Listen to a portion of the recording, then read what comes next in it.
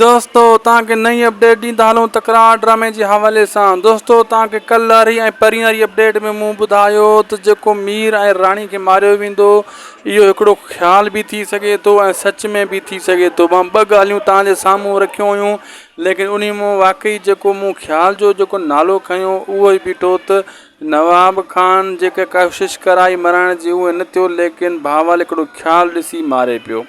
मां तव्हांखे उहा इन अपडेट पोई अपडेट में मां ॿुधायो तव्हांखे कल्ह वारी एपिसोड में। तव्हां वञो 1 मिंट 12 सेकेंड ते मां इहा ॻाल्हि कई हुई त इहो ख़्याल बि थी सघे थो। उअं ई थियो हीर जेको आहे मीर ऐं राणी खे मारियऊं कोन, ख़्यालु ॾिसे वियो भावल, ॻाल्हि साॻी थी।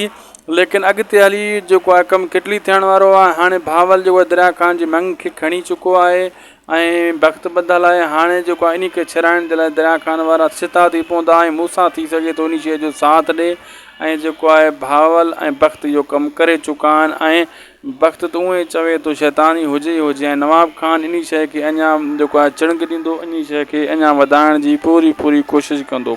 दोस्तों असां जेका अपडेट ॾींदा आहियूं पूरी ॾींदा आहियूं। जेको मूं ख़्याल वारी ॻाल्हि कई उहा ॻाल्हि बीठी, नवाब खान भावल खान ख़्यालु ॾिसे वियो आहे पंहिंजी धीउ खे न मारे, उहा ॻाल्हि 100% पूरी बीठी। अल्लाह हाफ़िज़।